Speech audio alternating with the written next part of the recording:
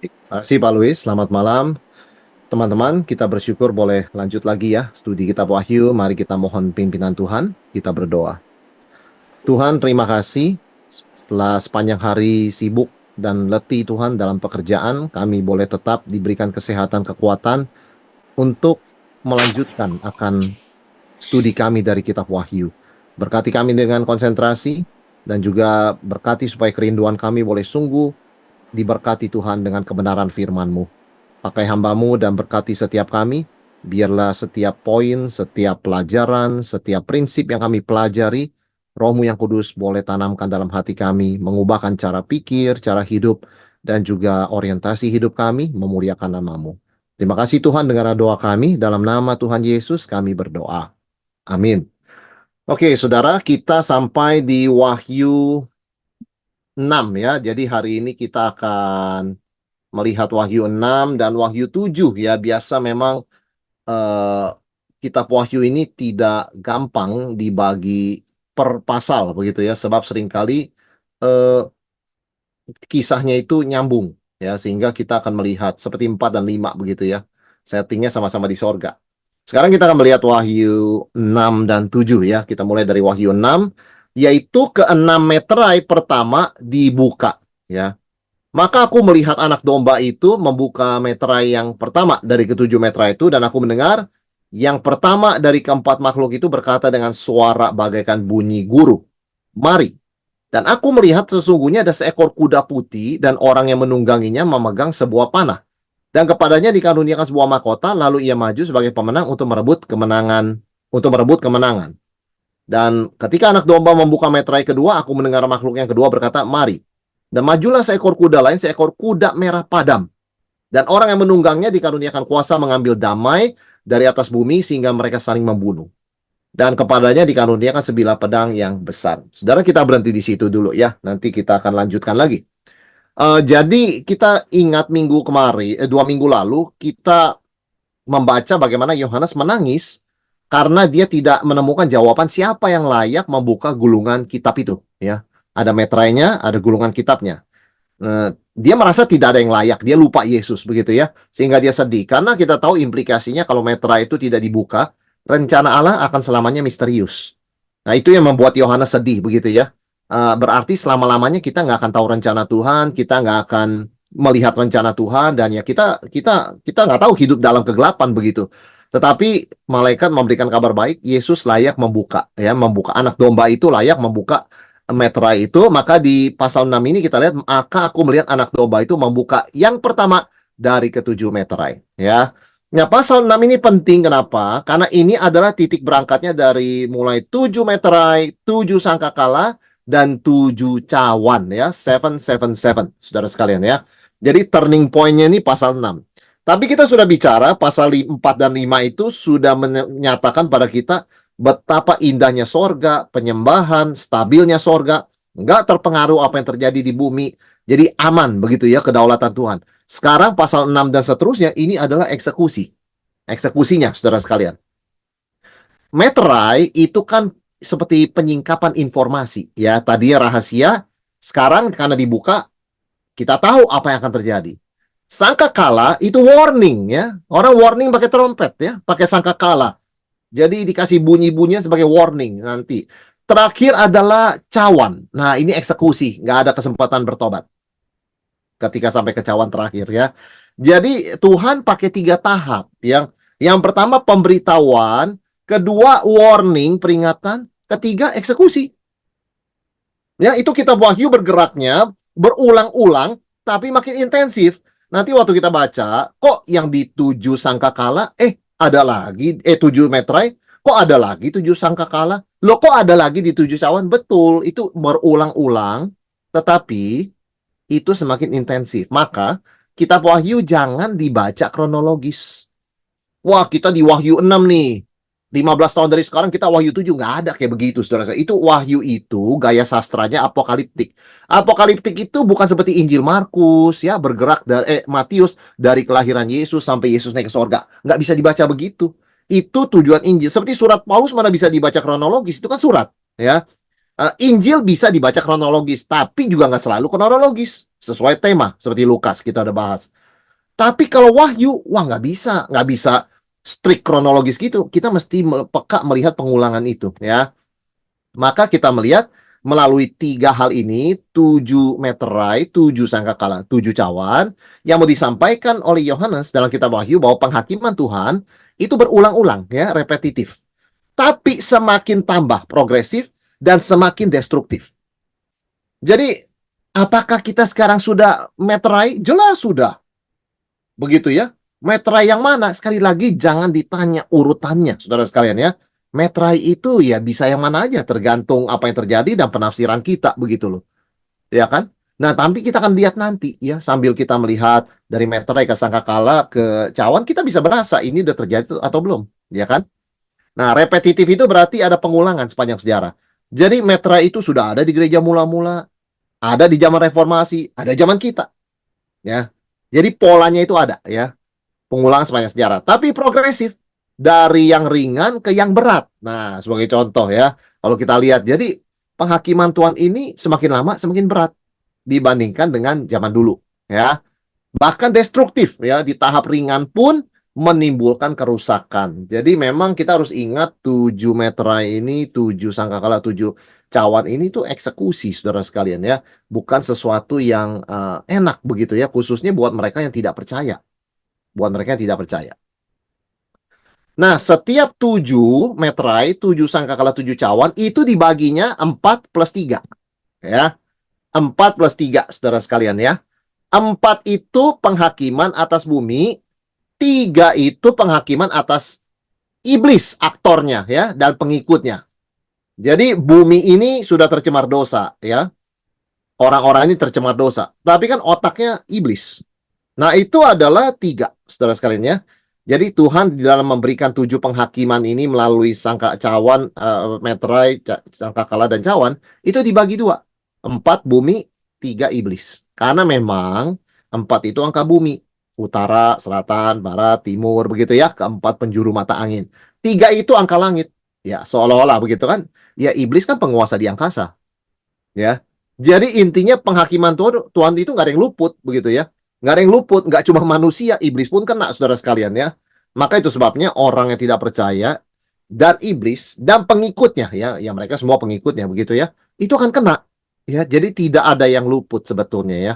Nah, meterai pertama dan keempat itu penghakiman Tuhan atas orang-orang yang melawan Kristus dan gerejanya. Jadi orang Kristen memang dianiaya sampai mati martir, tapi jangan lupa yang menganiaya akan kena penghakiman Tuhan ya. Nah, meterai kelima menyingkapkan pada kita bahwa Tuhan memperhatikan doa para martir yang memohon keadilan dari Tuhan. Ya, Tuhan dengar. Seperti kita sudah bahas bahwa doa kita itu doa anak Tuhan seperti kemenyan yang wangi naik ke sorga. Ya, luar biasa Tuhan dengar. Meterai ke-6 itu penghakiman akhir bagi orang tidak percaya dan perlindungan ilahi bagi orang percaya. Jadi meterai ke-6 ini makin intensif, sudah benar-benar mau hancur nih saudara sekalian ya, tapi kita dijaga. Kita dijaga. Sedangkan bagi mereka yang tidak bertobat, kritis. Ya, sudah kritis ya. Nah, masuk ke meterai ke-7 menarik sekali, bukan apa-apa tetapi penghakiman plus pengumuman 7 sangkakala lanjutannya. Jadi meterai ke-7 selain ada peristiwa, ada hukuman, penghakiman, ada pengumuman 7 berikutnya. Dalam hal ini 7 sangkakala. Jadi kita mau perhatikan ini, kenapa saudara sekalian? Supaya nanti waktu kita bahas 7 sangkakala, 7 cawan, itu kita nggak bingung. Kok ulang lagi Pak? Begitu ya? Kok begini sih? Ya kan? Kenapa? Kenapa? Udah begini bukan selesai, kok ada lagi? Ya itu maksudnya. Memang berulang, tapi semakin intensif dan semakin destruktif. Kalau jujur kita lihat, bumi kita memang lebih hancur daripada dulu. Saudara sekalian ya, bumi kita ini loh lepas dari penghukuman Tuhan ya. Kita lihat bumi aja begitu ya. Lebih pencemaran, suhunya, iklimnya lebih nggak beraturan, pencemaran laut, sungai, sampah plastik. Itu aja loh kita ngomong ya. Itu kan makin parah. Jadi kitab Wahyu sudah menggambarkan itu dan itu belum bicara penghakiman Tuhan secara khusus ya. Itu baru bicara efek dari dosa. Jadi memang semakin ke sini kitab Wahyu menggambarkan hidup itu nggak makin gampang. Tetapi anak-anak Tuhan akan dijaga, yaitu penghiburannya. Meterai pertama, ketika dibuka, kita baca tadi, keluarlah Yohanes melihat seorang penunggang kuda putih. Nah, saudara, jangan kita pikir putih pasti bagus ya. Banyak orang pikir penunggang kuda putih pasti Yesus Kristus karena dia berpakaian putih. Kita mesti lihat konteksnya ya. Di sini kalaupun mirip Kristus, itu Kristus palsu. Nah, itu namanya Mesias palsu. Yesus mengatakan di ayat 4 dari Matius 24, jawab Yesus kepada mereka, waspadalah supaya jangan ada orang yang menyesatkan kamu, sebab banyak orang akan datang memakai namaku dan berkata, akulah Mesias, dan mereka akan menyesatkan banyak orang. Saudara sekalian, kuda putih itu Mesias palsu. Dikatakan ada orang menungganginya, memegang sebuah panah, dikaruniakan sebuah mahkota. Dia maju sebagai pemenang untuk merebut kemenangan. Ini bukan Yesus, ya. Ini Mesias palsu, saudara sekalian ya. Iblis, Mesias palsu, dan nabi palsu melakukan dua hal, yaitu peperangan untuk membunuh, penganiayaan orang percaya. Jadi kemenangan di sini adalah mereka itu menyiksa orang percaya, membunuh orang percaya. Mahkota di sini itu adalah kekuasaan mereka. Jadi hampir semua penafsir setuju. Kuda putih nggak mungkin Yesus. Ya, penunggang kuda putih tidak mungkin Yesus. Tetapi itu adalah Mesias palsu. Yang niru Yesus, mirip Yesus, pakai mahkota. Begitu ya. Tapi saudara perhatikan Tuhan Yesus mau pedang dari mulutnya. Kalau ini panah, ya, panah saudara sekalian ya. Kalau panah itu kita keinget apa? Kenakanlah perisai iman supaya kamu bisa memadamkan panah api dari si jahat. Panah itu iblis. Yesus itu pedang lain ya. Jadi di sini dikatakan yang nunggang kuda putih itu pakai panah. Nggak bisa kita ngomong Yesus ya. Sulit saudara sekalian ya. Jadi ini Mesias palsu ya. Tuhan mengizinkan, mengontrol, dan membatasi perbuatan iblis, Mesias palsu, dan nabi palsu. Itu dari kata-kata dikaruniakan. Jadi kalau mereka bisa nampak menang, itu karena diizinkan menang oleh Tuhan ya saudara sekalian ya. Jadi kita belajar kitab Wahyu, kita harus semakin mengakui kedaulatan Tuhan. Memang bagaimanapun juga, kita kalau dianiaya, kita dengar orang Kristen dianiaya, pasti hati kita sedih, kita juga down gitu ya. Tapi Wahyu itu mengingatkan, kamu mesti ingat, itu atas permisi Tuhan. Kalau permisinya dicabut, nggak bisa apa-apa mereka. Begitu loh ya. Tapi ketika kamu mengalami itu, seperti 7 gereja, 7 jemaat begitu ya, hendaklah kamu setia sampai akhir. Ya, jadi apa tanda akhir zaman yang sudah muncul dari zaman dulu, saudara sekalian, diwakili oleh meterai yang pertama, iblis menggunakan Mesias palsu dan nabi palsu, pengajar sesat ya, orang-orang yang benci orang Kristen, menganiaya gereja. Nah, itu semua ya. Jadi ini kuda putih. Banyak ini saudara sekalian ya, kuda putih ini sudah keluar begitu ya. Tapi tentu nanti akan lebih luar biasa ya, ajaran sesat di YouTube, ajaran sesat di Instagram atau di TikTok. Waduh, makin banyak ya. Blog-blog begitu di internet makin gak beraturan. Nah, itu kita harus ingat ya, itu tanda pertama ya, kuda itu kuda putih. Yang kedua, dikatakan Yohanes melihat kuda apa? Kuda merah. Nah, saudara, merah ini bukan lambang keberanian ya dalam konteks Wahyu ya, tetapi dituliskan jelas di dalam situ, merah padam, orang menungganginya dikaruniakan kuasa mengambil damai sejahtera dari bumi sehingga mereka saling membunuh, dan dikaruniakan sebilah pedang yang besar. Nah, ini melambangkan peperangan dan pertumpahan darah. Artinya apa? Artinya di dunia ini akan makin banyak konflik ya. Sekarang kita sudah lihat ya, Rusia, Ukraina, Israel, Iran ya. Belum kita sebut konflik-konflik yang tidak muncul di berita begitu loh ya. Jadi memang damai itu semakin diambil dari bumi. Damai di sini ya hidup berdampingan dengan damai ya. Saling mengerti, saling menolong, itu semakin nggak ada, saudara sekalian ya. Karena memang ini dilepas oleh Tuhan. Diizinkan, begitu ya. Penunggang kedua ini, ya kuda merah padam, memang akan membawa peperangan. Kemana saja selalu cari ribut, ciptakan peperangan, karena mereka diuntungkan dengan peperangan. Ya, jadi kalau orang ribut, orang berantem, tumpah darah, mereka senang, begitu ya. Mereka itu diuntungkan ya, mereka mengambil manfaat kesempatan dalam kesempitan. Nah, itu saudara sekalian ya. Dalam konteks gereja mula-mula yang baca kitab Wahyu, mereka tahu Siapa itu? Kekaisaran Romawi. Suka perang, ya, suka perang. Jadi pasukannya siapa? Ya pakai aja budak begitu ya. Pakai aja budak sekalian matiin, suruh jadi tentara kita, taruh paling depan. Tentara elit kita di belakang dong. Dengan baju pedang dan perisai yang lengkap. Nah, itu orang Kristen tahu memang Yesus katakan kamu bangsa akan bangkit lawan bangsa, ya, kerajaan akan bangkit lawan kerajaan. Jadi kita akan semakin banyak melihat konflik, ya, konflik. Bahkan saudara sekalian ya, di dalam konteks negara kita, ya, pemerintah seringkali mengingatkan tokoh-tokoh negara ya, kita menghadapi konflik geopolitik ya. Jadi itu udah jelas. Ya, apa yang dikatakan Wahyu itu sudah terjadi. Bahkan itu diakui saudara sekalian oleh bukan cuma orang dalam gereja, tapi juga di luar gereja. Ya, konflik itu semakin banyak. Kenapa? Nanti kita akan lihat kenapa saudara sekalian ya. Semuanya berhubungan nih, empat kuda ini ya. Kekaisaran Romawi menciptakan peperangan dan mencabut perdamaian. Ya, jadi kita akan melihat semakin banyak peperangan. Saudara, salah satunya, ya, salah satu penyebab, ya, kenapa banyak peperangan, dan ini masuk akal sekali, kita kalau baca ayat yang kelima.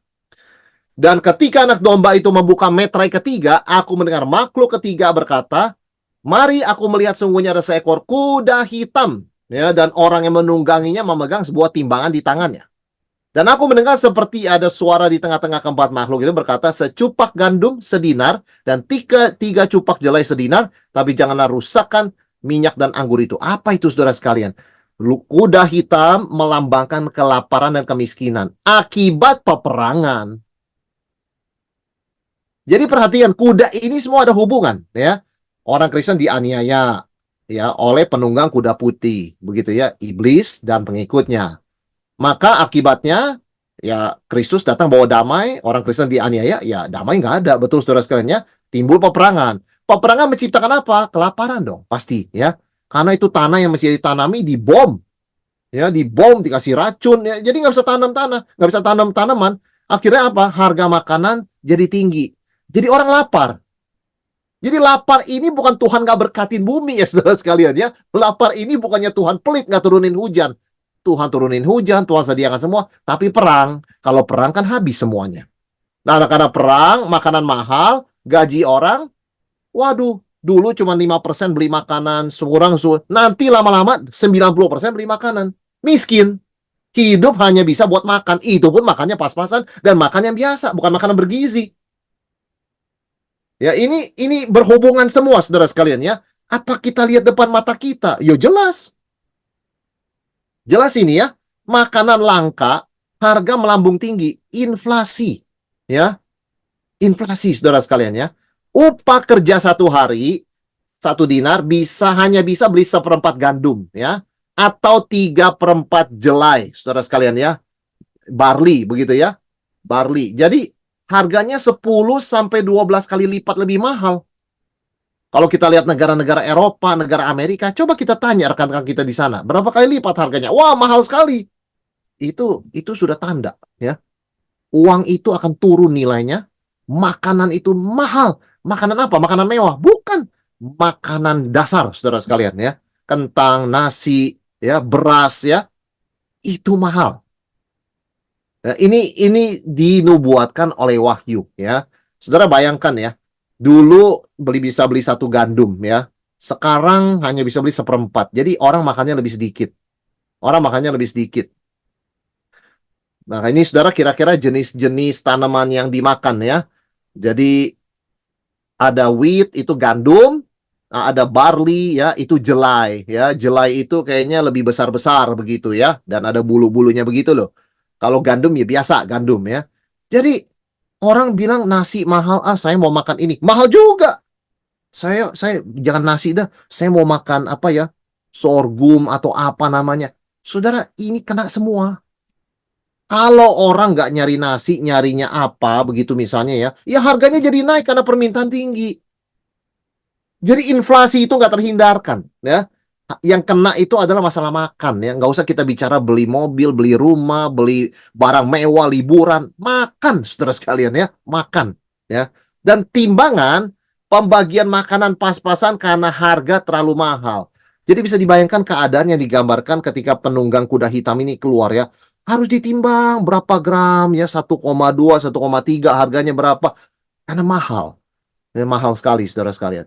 Saya ingat waktu saya di Amerika saya beli daging sampai saya lihat loh. Ini beratnya berapa ya? Oh, 5,09 pound. 5,09 pound. Yang ini kenapa lebih mahal? 6,15. Coba, bedanya berapa? Tapi harganya kan beda, saudara sekalian. Ya, kalau lagi mahal tuh mahal, begitu loh. Ya, jadi itu timbangan akan dipakai sampai akurat, sampai sedetil desimal seperti itu. Saya pernah mengalami itu. Ya, sekarang mungkin kita di Indonesia bulat ya, 1 kilo, setengah kilo, ya seperempat begitu ya. Suatu saat, saudara sekarang, kalau keadaan seperti digambarkan dalam kuda hitam ini yang di dalam kitab Wahyu, jangan-jangan kita bisa beli 185 gram, ya, 320 gram. Jangan-jangan sampai pecahannya kecil karena mahal, ya. Sampai dikatakan jangan rusakkan minyak dan anggur, ya. Ini menunjuk kepada peristiwa rencana Kaisar Domitian yang tahun 92 mau menebang setengah pohon anggur di seluruh Asia supaya tanam gandum, supaya harganya turun, supaya suplainya banyak, supaya rakyat nggak menderita. Tapi kalau anggur ditebang, waduh, hidup orang beda juga nih ya, nggak ada anggur lagi. Saudara, kalau sampai terjadi, harga gandum turun, tapi harga anggur dan minyak zaitun buat goreng ya akan naik luar biasa. Padahal keduanya juga kebutuhan pokok. Orang Yahudi kan perlu anggur, ya, hari Sabat, ya, perayaan Paskah mereka. Jadi serba salah. Ya, kita mau murahkan satu harga, kita mahalin harga kebutuhan pokok yang lain. Nah, ini semua sudah dikatakan ya. Jadi intinya apa? Peperangan menciptakan kelaparan dan kemiskinan. Ini semua akan terjadi. Tapi ya, kita melihatnya apa? Masih ada pemerintah untuk mencegah penderitaan lebih berat bagi rakyat biasa. Sehingga ada kata-kata jangan rusakkan minyak dan anggur.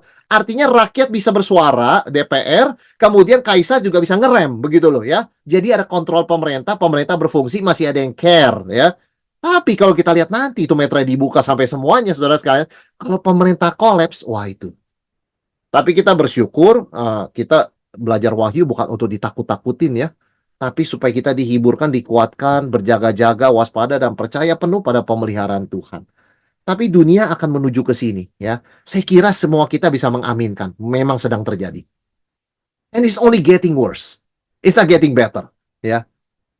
Orang bilang kapan ya makanan bisa seperti dulu ya. Oh, nggak akan saudara sekalian. Never. Makanan harganya seperti dulu? Never.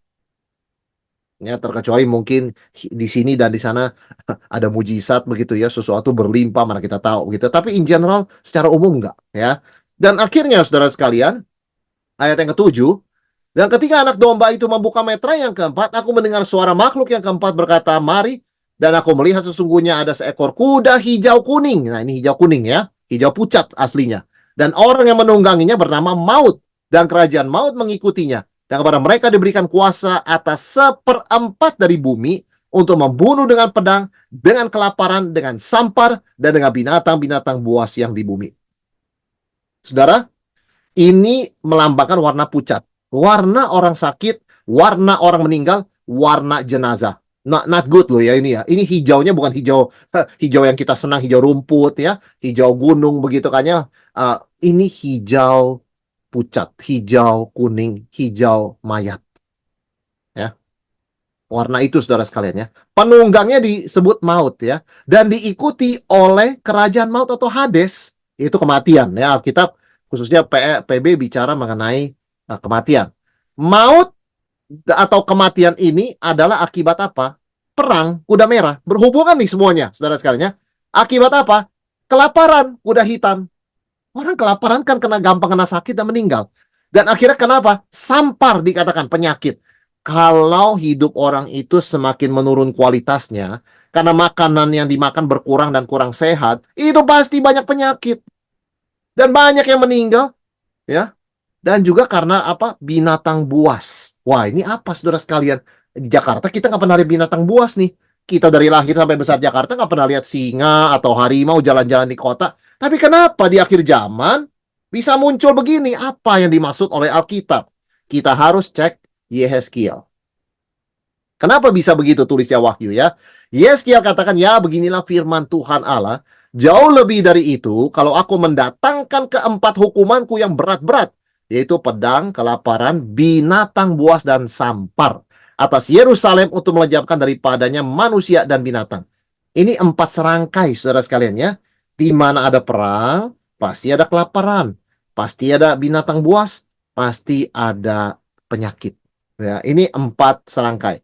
Perang menciptakan perang saudara, kelaparan, penyakit, dan kematian. Tentu kita bisa masukkan kemiskinan ya. Tadi kita bicara inflasi, kuda hitam. Dikatakan begitu parahnya ini krisis sehingga seperempat penduduk bumi mati. Saudara, banyak sekali. Tidak bisa dibayangkan waktu COVID kemarin, itu krematorium ya, petugas COVID menguburkan berapa ribu saya tidak tahu. Itu sudah kewalahan. Ini seperempat penduduk bumi, saudara sekalian. Kalau kita bayangkan COVID kemarin sudah parah, belum seperempat penduduk bumi yang mati. Di sini dikatakan seperempat. Jadi kematian itu sangat umum, sampai orang kalau dengar orang mati ya, udah nggak heran lagi. Oh, biasa mati. Dari 4, 1 mati. Kan seperempat. Ya, dari 10 ya, ya 2 mati. Ya 2 atau apa, dari 12 ya 3 mati. Seperempat begitu loh, saudara sekalian. Jadi udah biasa dengan death ya. Sampai dikatakan death itu, Hades itu nyebar kemana-mana ya. Namun demikian, sebagian besar manusia survive, 3/4 ya. Artinya apa? Masih ada kesempatan bertobat. Ya, suasana dunia sudah mencekam ya. Di mana kematian tuh jadi rutin dan umum. Ya, bisa dibayangkan ya, itu kremasi nggak berhenti-berhenti loh asapnya. Kalau dikremasi ya, saudara sekalian ya. Tetapi ini adalah kesempatan orang wake up ya. Seringkali kita ingat ya, pengkhotbah berkata lebih baik ke rumah duka daripada ke pesta. Karena ketika orang ke rumah duka, dia diingatkan singkatnya hidup ini. Saudara, orang-orang yang nggak percaya pada waktu kuda hijau pucat ini keluar, itu akan diingatkan. Tiap hari itu rumah duka. Pasti dengar ada orang meninggal. Supaya mereka wake up begitu ya. Dan bertobat mengingat hukuman yang akan datang. Kita anak-anak Tuhan dijaga, dilindungi ya. Tetapi ini yang terjadi di dunia kita. Ini akan terjadi, saudara sekalian. Dan itu selesai, saudara sekalian, keempat meterai. Dan dikatakan ayat yang ke-9. Nah, ketika anak domba itu membuka meterai kelima, aku melihat di bawah mesbah-mesbah jiwa-jiwa mereka yang telah dibunuh oleh karena firman Allah dan oleh karena kesaksian yang mereka miliki. Sekarang fokus berpindah dari bumi kepada martir ya, martir yang di sorga. Martir adalah orang-orang yang mati dibunuh karena kesaksian mereka, karena iman mereka kepada Kristus ya, dan kepada firman Allah itu, saudara sekalian ya.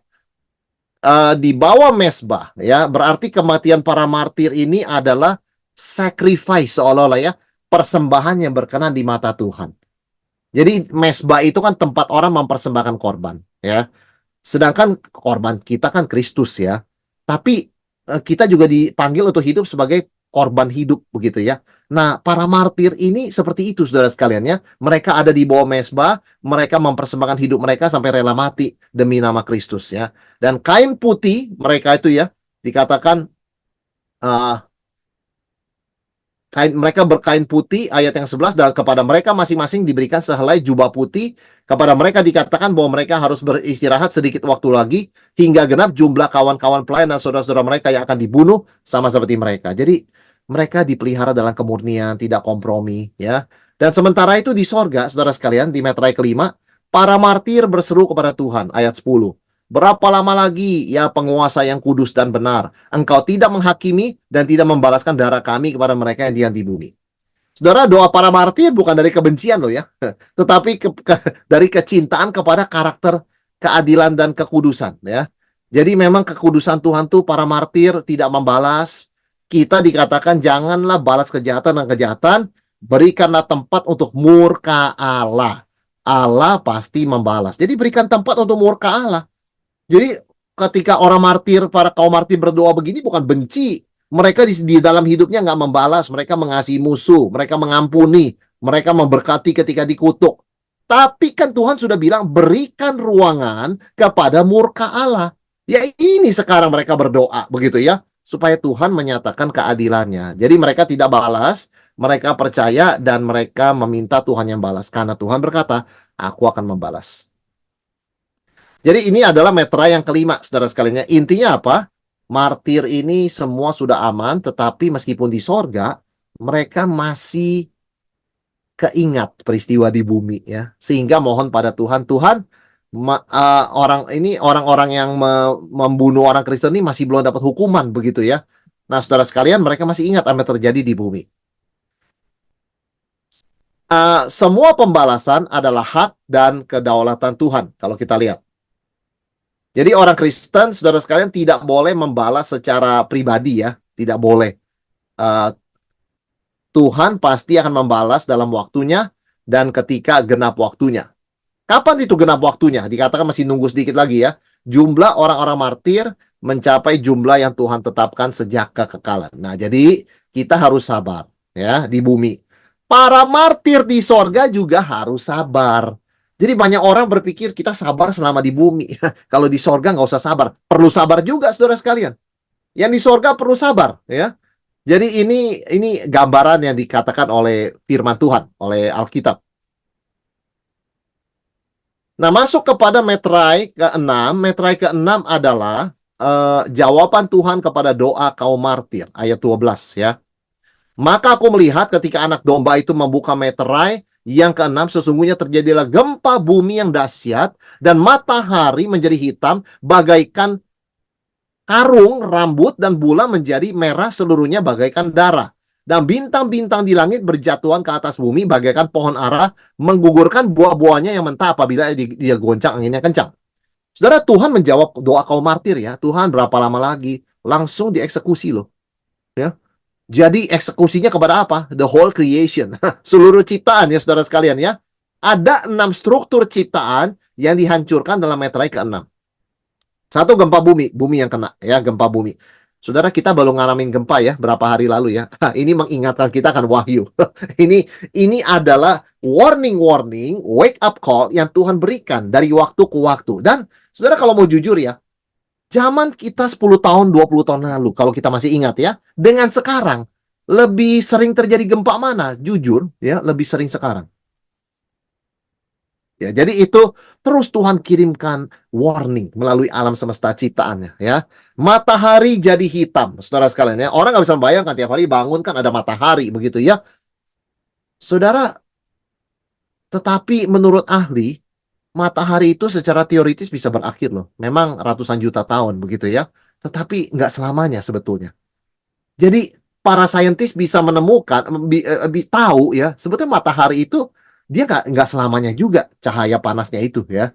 Satu saat itu akan menurun ya, meskipun masih lama katanya. Tapi kan kita nggak tahu ini hukuman Tuhan ya. Jadi bisa aja lebih cepat begitu kan, kalau Tuhan menghendaki. Bulan jadi merah darah. Nah, kita juga pernah melihat bulan jadi merah seperti merah begitu ya. Tapi ini pasti memang intervensi dari Tuhan. Bintang-bintang berjatuhan. Saya heran ya, seringkali di Netflix ini ada satu film lagi terkenal. 200 hari tersisa di bumi. Karena asteroid akan menabrak bumi. Jatuhnya di Korea. Itu film Korea, saudara sekalian ya. Jadi jadi katanya film itu adalah mengatakan 200 hari tersisa kamu akan berbuat apa pada orang yang kamu kasihi. Ya, kamu nggak bisa terbang karena udah terlalu penuh, kamu nggak bisa pindah negara lain. Saudara, asteroid itu akan menimpa bumi. Wahyu bilang bintang-bintang berjatuhan. Itu bisa meteor, itu bisa asteroid, ya. Kita bisa ngomong bintang-bintang kan macam-macam, bisa bintang, bisa planet, bisa apa, komet begitu ya, macam-macam kan, ya. Jadi kita menggunakan bahasa yang secara umum ya, falling stars loh. Jadi artinya apa? Saudara dan saya cukup memperhatikan gejala alam, langsung diingatkan, ya. Tuhan akan segera datang, ya. Jadi langit menyusut, saudara sekalian ya. Langit menyusut.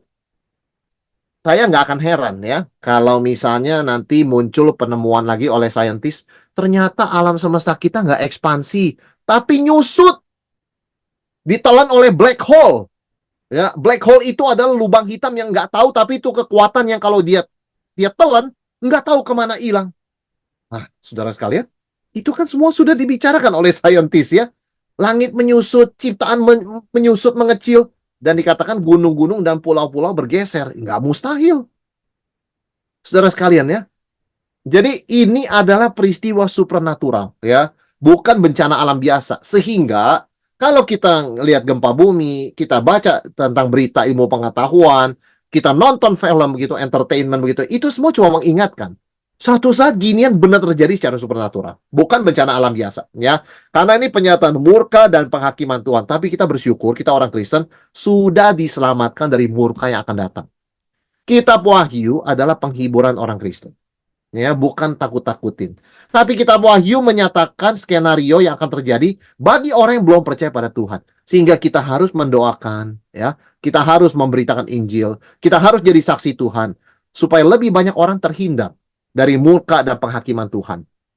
Ini adalah cosmic destruction, penghancuran seluruh ciptaan, ya. Jadi tindakan dahsyat Tuhan bertujuan menghukum dan menghancurkan evil serta mempersiapkan jalan bagi langit dan bumi yang baru. Saudara, dunia kan sudah berdosa. Seperti Tuhan bersihkan dengan air bah, harus dengan bencana alam, ya. Dari dulu sampai kapanpun Tuhan pakainya bencana alam untuk membersihkan. Tetapi memang tidak bisa, karena Tuhan katakan apa? Meskipun sudah dikasih air bah, manusia tetap hatinya jahat. Sehingga ini semua tetap akan dipakai Tuhan, tetapi Tuhan menyelamatkan umat pilihannya. Nah, hanya bisa dibersihkan dengan darah Tuhan Yesus. Tapi menggunakan bencana alam untuk mengirim peringatan, itu Tuhan terus lakukan, ya. Dan mempersiapkan jalan untuk the new heaven and new earth, ya, langit dan bumi yang baru. Kita harus mengingat bumi kita sudah tua, ya, saudara sekalian, ya. Bumi kita ini sudah tua. Tetap ada kemurahan Tuhan, tetap ada anugerah Tuhan, tapi apa yang dikatakan dalam Meterai ke-1 sampai ke-6, sampai ke-5 tadi, ya, kita lihat itu memang sedang terjadi. Meterai ke-6 tanda-tandanya mengingatkan kita, ya, gempa bumi dan sebagainya. Dan kalau kita baca Meterai ke-6 ini, siapa yang luput, saudara sekalian, ya? Dikatakan ayat 14, maka menyusutlah langit bagaikan gulungan kitab yang digulung, tergeserlah gunung-gunung dan pulau-pulau dari tempatnya. Nah, siapa yang luput? Ayat 15. Raja-raja di bumi, pembesar-pembesar, perwira, orang kaya, orang berkuasa, semua budak, serta orang merdeka, bersembunyi ke dalam gua-gua dan celah-celah batu karang di gunung. Kesimpulannya apa? Nggak ada yang luput. Orang nggak percaya loh ini, ya. Orang percaya sih luput, saudara sekalian. Kita dilindungi khusus. Tapi kalau Meterai ke-6 terjadi, ini orang yang tidak percaya Tuhan, wah, malah petaka buat mereka. Disebutkan ada 6 jenis orang. Raja-raja, ya, pembesar, begitu, ya, perwira, begitu, ya, orang-orang kaya, orang-orang berkuasa, semua budak orang mereka. Jadi siapa? Semua. Nggak ada terkecuali dari atas sampai bawah. Dari kecil sampai tua, saudara sekalian, ya, pria wanita. Segala bangsa begitu loh, ya. Dia tidak ada yang luput, ya. Ini adalah semua orang yang tidak percaya kepada Yesus yang menganiaya orang Kristen. Nah, ini sekarang giliran mereka mengalami, saudara sekalian. Dan dikatakan sangat menyedihkannya apa? Dikatakan mereka ditimpa murka Allah, dan karena mereka tolak Yesus, tidak ada darah domba yang bisa melindungi mereka. Too late, saudara sekalian, ya, too late. Jadi ini nasib mereka, ya. Mengingatkan kita betapa pentingnya, ya, kita terus jadi saksi Tuhan, mendoakan supaya lebih banyak orang luput, ya, dari semua ini. Saudara, begitu takutnya mereka dan dahsyatnya murka anak domba, sehingga mereka katakan apa? Ayat 16. Mereka berkata kepada gunung-gunung dan batu-batu, runtuhlah menimpa kami, sembunyikan kami terhadap Dia yang duduk di atas tahta dan terhadap murka anak domba itu. Saudara, mereka lebih baik mati ditimpa gunung, ya, daripada ngelihat muka Yesus.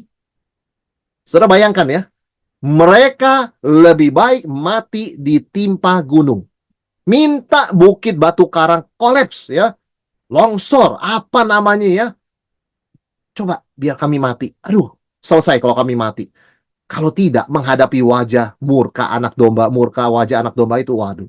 Mereka takut sekali, ya. Tapi kita melihat di sini anak domba itu sudah menang dan memerintah, saudara sekalian.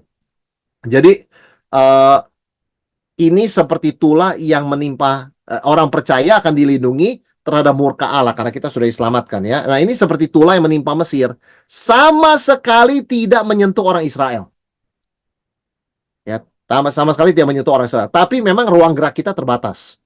Kalau Mesir dilanda katak, tempatnya Israel tidak, ya Israel nggak bisa jalan-jalan ke Mesir, nggak bisa ke tempat orang Mesir karena banyak kataknya, ya kan? Israel tetap punya air bersih, tapi orang Mesir air sungai Nil jadi darah. Nah, jadi mereka kena, Israel nggak kena, begitu, ya. Tapi kita mesti ingat, kita mesti setia di tempat kita. Ya, kita melihat dunia akan kena hukuman ya, nggak seenak-enaknya kita bisa jalan-jalan nanti, saudara sekalian ya. Jadi kalau mau tahu seperti apa skenario Wahyu 6 ini, ingat Tulah di Mesir ya. Tulah di Mesir itu Israel ada perkampungannya sendiri, itu nggak kena. Ya, jadi nggak kena tuh saudara sekalian ya, malaikat maut lewat nggak kena begitu ya, lalat pikat nggak kena begitu kan, nyamuk nggak kena, katak nggak kena, gelap gulita nggak kena. Jadi itu betul-betul menimpa mereka yang melawan Tuhan. Tetapi orang Israel kan nggak bisa santai-santai juga dong di Mesir ya. Mereka mesti waspada, berjaga-jaga, siap sedia. Begitu Tuhan bilang, pergi sekarang, pergi. Begitu loh. Sama seperti kita, meskipun itu nggak menimpa kita, bukan berarti kita santai-santai ya, ketawain orang. Kita nggak begitu. Kita menangis, menangisi jiwa-jiwa yang belum percaya. Karena betapa kesiannya hidup mereka, saudara sekalian ya, ditimpa seperti itu. Masa mau minta mati ditimpa gunung batu? Itu kan mau bunuh diri namanya, suicidal itu ya. Jadi bayangkan depresinya mereka, suicidalnya mereka, mau mati timpa gunung. Apa kita nggak menangis lihat itu ya? Ya kan itu sebabnya kita mesti berjaga-jaga, terus berdoa, jadi saksi Tuhan begitu ya. Karena kita tahu Tulah ini akan datang. Tulah ini akan datang, saudara sekalian ya. Jadi yang bisa kita simpulkan dari Wahyu 6 ini apa saudara sekalian ya? Iblis itu menyamar seperti malaikat terang ya. Jadi orang yang bergelar hamba Tuhan, bergelar profesor ya, bergelar pendeta, bergelar pengkhotbah, ya akan semakin banyak orang bergelar begitu sebenarnya pengajar sesat ya. Karena iblis menyamar seperti malaikat terang. Karena iblis bisa menjatuhkan orang ketika mereka tidak tahu itu iblis. Ya, itu sebabnya menyamar ya, serigala berbulu domba supaya bisa dengan mudah masuk kandang domba dan menerkam. Kira-kira begitu. Itu akhir zaman ya. Penderitaan dan kematian orang percaya adalah sebuah kemenangan di mata Tuhan ya. Meskipun di mata dunia nggak begitu ya. Jadi orang percaya yang meninggal, mereka ada di sorga begitu ya, mereka tetap berdoa. Dan saudara sekalian, sehebat-hebatnya ciptaan dan manusia hanya 6 ya. Hanya 6 struktur ciptaan dan 6 jenis manusia. Jadi Wahyu sengaja menggunakan angka 6, 6, 6 ya. Tapi saudara jangan tanya dulu artinya apa, itu nanti untuk Wahyu 13 ya. Tapi 6 ini adalah untuk mengingatkan apa? Limit dari creation. Tadi kita lihat ada berapa jenis orang? 6 jenis orang. Tadi benda-benda langit yang kena itu ada berapa? Ada 6 juga ya. Sehebat-hebatnya ciptaan manusia cuma 6. 7 itu angka Tuhan, angka sempurna ya. Dan orang kudus bertanya, berapa lama lagi Tuhan? Orang yang tidak percaya bertanya, siapakah yang dapat bertahan melawan murka Tuhan? Nah, beda pertanyaan ya. Kita orang percaya nunggu. Karena kita setia, kita tunggu, saudara sekalian. Orang nggak percaya, mau tunggu apa begitu kan? Mereka malah kalau bisa jangan tunggu begitu kan? Mereka cuma siapa yang bisa tahan kepada murka Tuhan. Jadi beda nasib, beda pertanyaan, beda hasil akhir, beda kondisi akhir, saudara sekalian ya. Dan pertanyaan kita akan terjawab pada waktu Tuhan.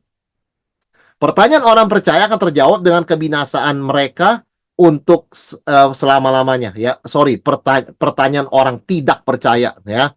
Itu akan terjawab dengan kebinasaan mereka, saudara sekalian ya. Jadi ini ada kata-kata orang tidak percaya ya.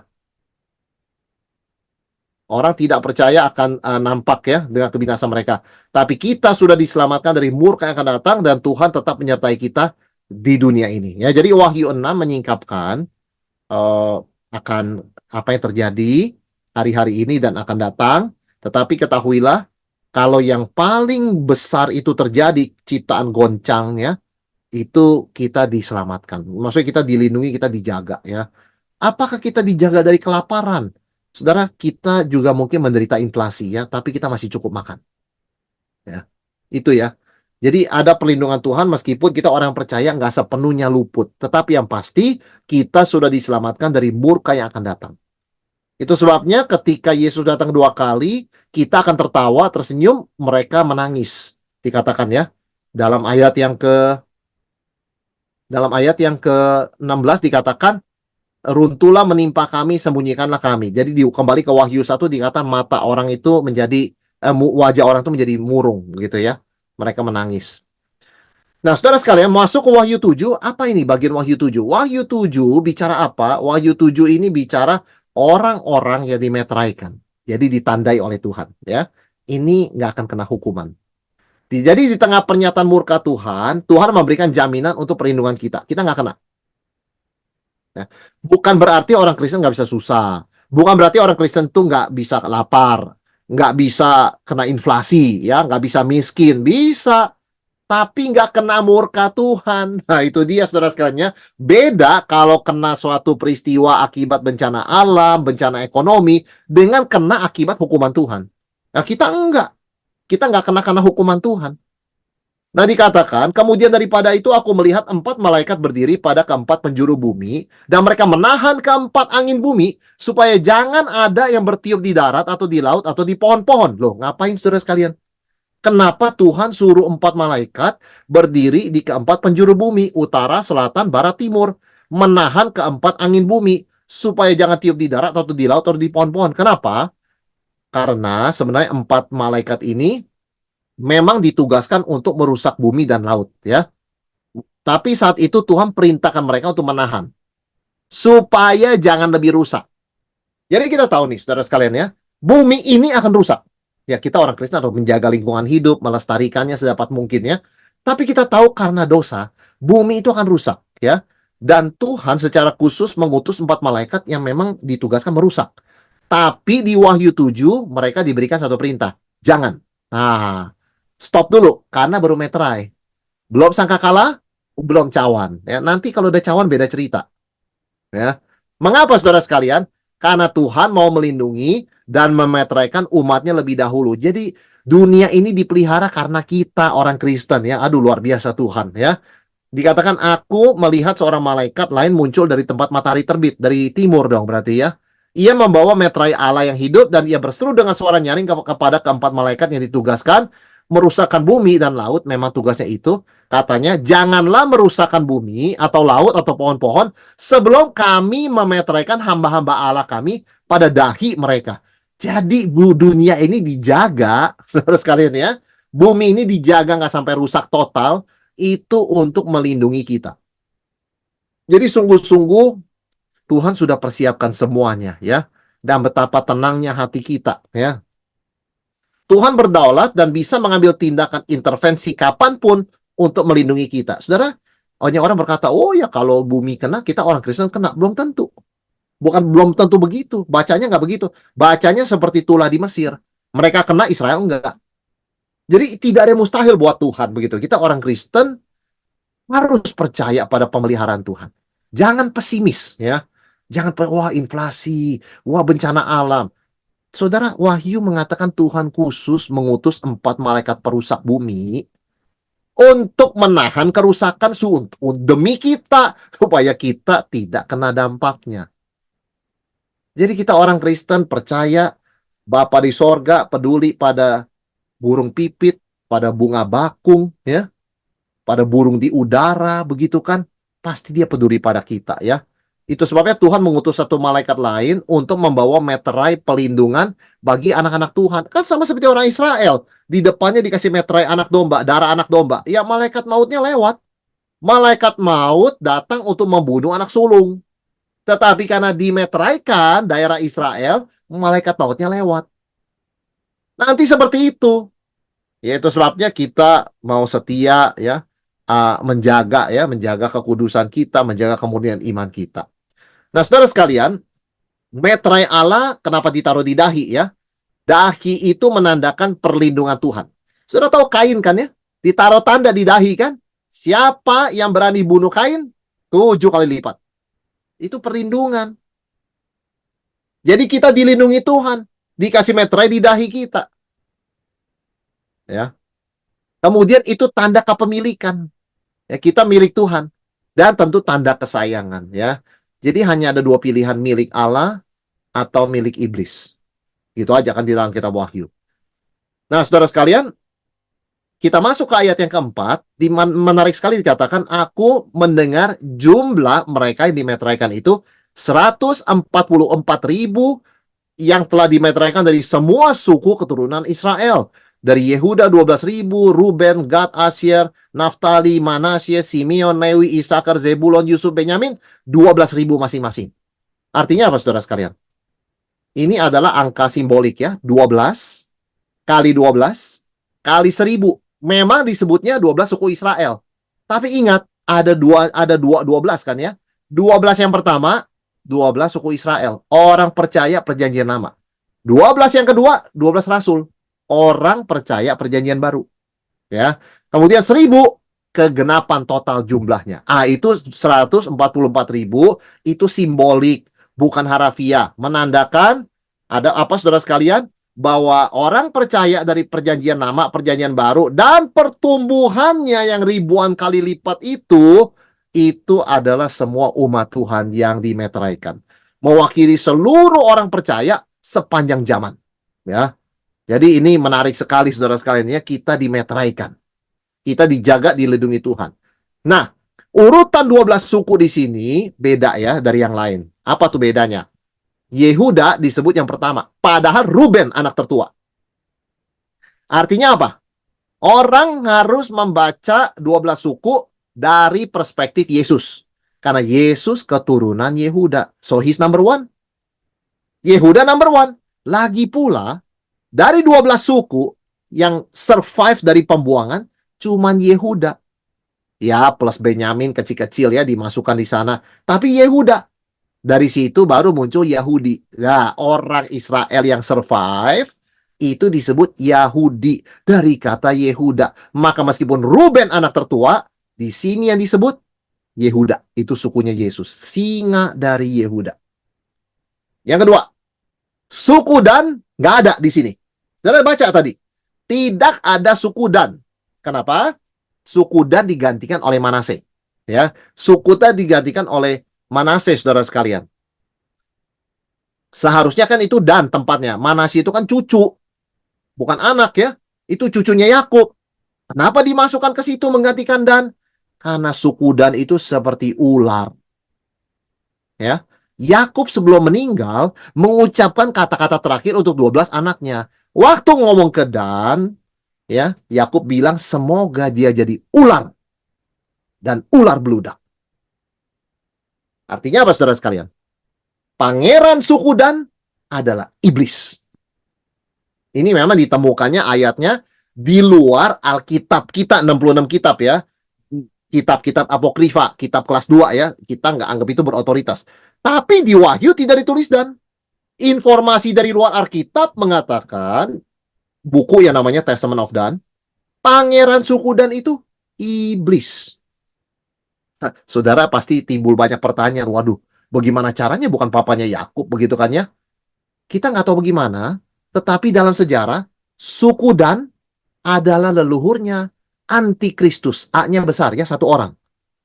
Jadi, saudara, kita nggak mau berspekulasi, tapi Bapak Gereja yang dekat dengan Rasul, Irenaeus dan Hippolytus mengatakan, nanti munculnya si antikristus itu, A-nya gede, ya besar, satu orang itu ditelusuri dari garisnya Dan. Oh, kita nggak tahu bagaimana. Ya. Tapi Dan tidak muncul. Karena Dan adalah suku antikristus. Jadi, saudara perhatikan. Yang lama sudah berlalu. Ya, nggak ikutin urutan lama. Dalam Yesus, semua ya dirombak. Yehuda number one. Dan away, di take out ya, dan itu dibuang. Nah ini kita harus lihat kedatangan Yesus ini luar biasa ya, mengubah sejarah. Setiap suku Israel berjumlah 12.000. Ini apa? Ini seperti pencatatan jumlah pasukan perang dari tiap suku. Kalau saudara baca kitab Bilangan 1. Ya, artinya apa? Gereja di dunia adalah prajurit Kristus. Kita itu ada dalam peperangan rohani, tapi kita ada di pihak Kristus melawan iblis dan prajuritnya ya. Jadi saudara sekalian 12.000 buat kita mengingatkan bukan cuma kita dimeteraikan ya, 144.000 kita termasuk begitu ya. Tetapi mau diingatkan, kita di dunia ini untuk peperangan rohani, melawan penguasa di angkasa, bukan dengan kekerasan, tapi dengan firman Tuhan, dengan kebenaran, dengan kekudusan, dengan kesalehan. Ya, dengan teladan kita. Nah ini ya, jadi kita ini gereja dalam peperangan, militant church. Setelah itu apa yang Yohanes lihat? Ayat yang ke-9. Kemudian daripada itu aku melihat sesungguhnya suatu kumpulan besar, orang banyak yang tidak terhitung banyaknya, dari segala bangsa dan suku dan kaum dan bahasa, berdiri di hadapan takhta dan di hadapan Anak Domba, memakai jubah putih dan memegang daun-daun palem di tangan mereka. Dengan suara nyaring mereka berseru, keselamatan bagi Allah kami yang duduk di atas takhta dan bagi Anak Domba. Wah, luar biasa ya. Nah, di sini Yohanes melihat sebuah visi, sebuah penglihatan, yaitu apa? Umat Tuhan itu berdiri atas seluruh suku bangsa. Ya, saudara sekalian ya. Begitu banyak bangsa, bahasa, suku, kaum. Wah, luar biasa. Kita ngomong bahasa apa? Ngerti semua ya. Berkumpul di sekitar takhta Anak Domba. Ini adalah penggenapan janji Tuhan kepada Abraham, yaitu keturunanmu akan seperti bintang di langit dan pasir di laut ya. Dan mereka memakai jubah putih. Artinya apa, saudara sekalian? Ini adalah warna kemenangan dan warna sukacita ya. Warna kemenangan dan warna sukacita. Jadi sama dengan jubah untuk kaum martir ya. Jadi baik mereka yang mati martir atau orang yang tidak harus mati martir, mati biasa saja, mati natural begitu ya. Sama orang Kristen ya. Itu mereka mengenakan jubah putih. Sudah dikuduskan oleh darah Yesus. Dan daun palem ini apa? Simbol kemenangan dan pemeliharaan Tuhan selama di padang gurun. Saudara ingat, orang Israel itu setahun sekali ada hari raya pondok daun. Tidak, biasanya mereka tidak tinggal di rumah, tapi bikin tenda dari daun, ya, daun-daunan, ranting-ranting daun-daunan, lalu mereka tidur di situ kayak camping ya. Untuk apa? Mengingat bahwa 40 tahun di padang gurun itu Tuhan pelihara hanya dengan daun. Ya, tiang awan, tiang api begitu ya. Jadi mereka tidak binasa, mereka tidak mati begitu ya, mereka survive. Nah, ini mengingatkan kita di dunia ini kita dalam perjalanan, Tuhan menjadi perteduhan kita. Ya. Jadi mereka pegang daun palem itu indah sekali ya, simbol kemenangan bahwa Tuhan pelihara kita. Nah, saudara sekalian, kumpulan besar orang banyak ini dikatakan berkumpul di depan takhta Allah dan Anak Domba. Artinya apa? Mereka sudah bebas dari murka Allah. Mana bisa dekat tahta Tuhan kalau nggak dibebaskan oleh murka Allah? Lihat Tuhan saja mati, begitu kan ya? Boro-boro bisa berkeliling di hadapan takhta Tuhan. Kita sudah dibebaskan dari murka Allah, disucikan dengan darah Kristus, sehingga kita senang dekat dengan Kristus. Sedangkan tadi di Wahyu 6, saudara perhatikan, mereka nggak mau lihat muka Yesus, takut. Kalau kita mau dekat sama Yesus, kita mau dekat sama Tuhan, yang tidak percaya, nggak mau lihat muka Tuhan, mendingan ditimpa gunung. Ya, kalau kita enggak, ya, orang percaya itu senang ya berkumpul di dekat takhta Tuhan. Jadi orang percaya ini disucikan, menjadi betul-betul sangat cinta Tuhan, suka hal-hal rohani, senang dekat dengan Tuhan seperti Maria begitu ya, duduk dekat kaki Yesus ya, nggak mau jauh-jauh dari takhta Tuhan begitu kan. Saudara sekalian, ini orang percaya. Indah sekali ya yang Yohanes lihat ya. Sampai disebut Allah kita ya. Yohanes menggunakan istilah, mereka menyanyi menggunakan istilah Allah kami ya. Berarti kan wah, ada kebanggaan ya. Dan Tuhan mau dikelilingin begitu ya oleh begitu banyak orang. Saudara, saya nggak bisa bayangkan ya. Kemarin saya nonton YouTube ya, Passion Conference. Passion Conference itu conference mestinya awalnya untuk anak muda, tapi sekarang siapa juga boleh datang.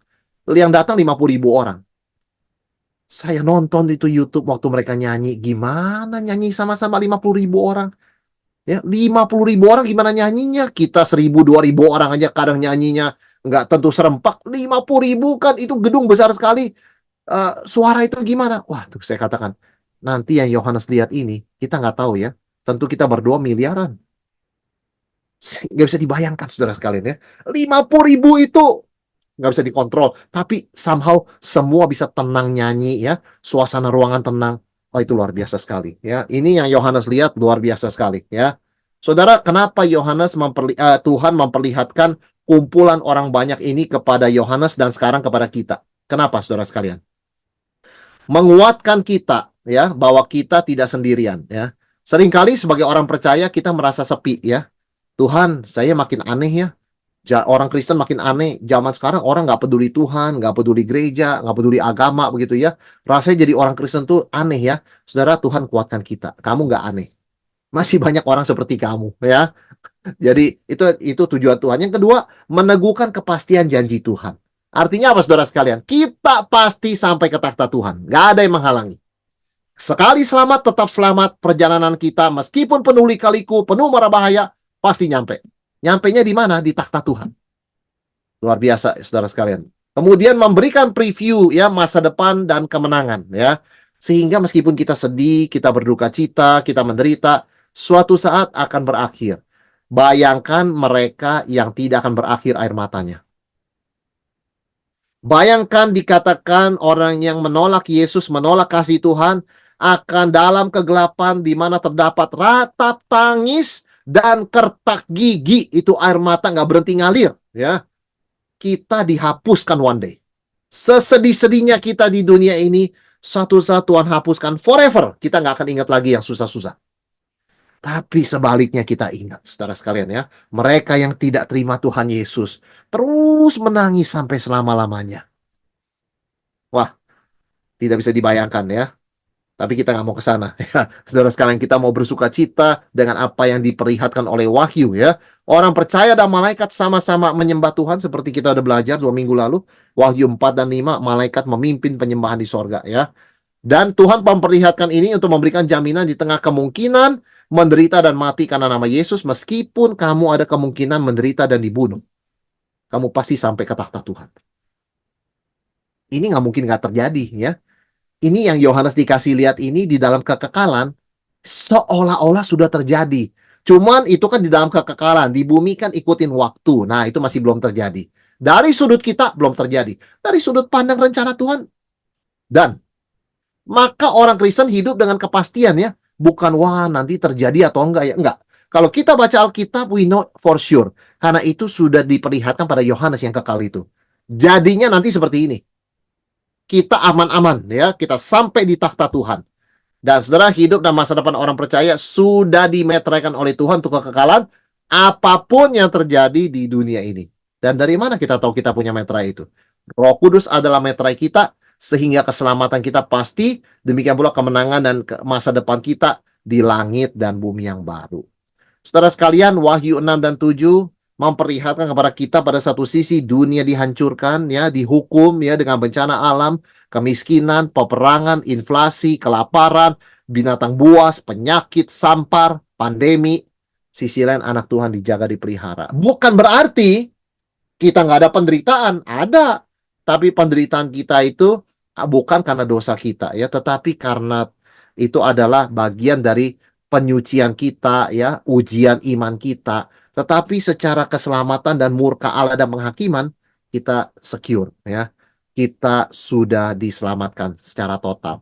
Maka saudara sekalian, inilah gambaran yang diperlihatkan Tuhan bahwa suatu saat kita akan bersama-sama dengan semua orang kudus memuji di sekitar takhta Tuhan. Dan kita pasti sampai ke sana ya. Oke, saudara sekalian, demikian Wahyu 6 dan 7 ya. Saya kembalikan kepada Pak Louis ya untuk boleh menolong kita dalam sesi selanjutnya.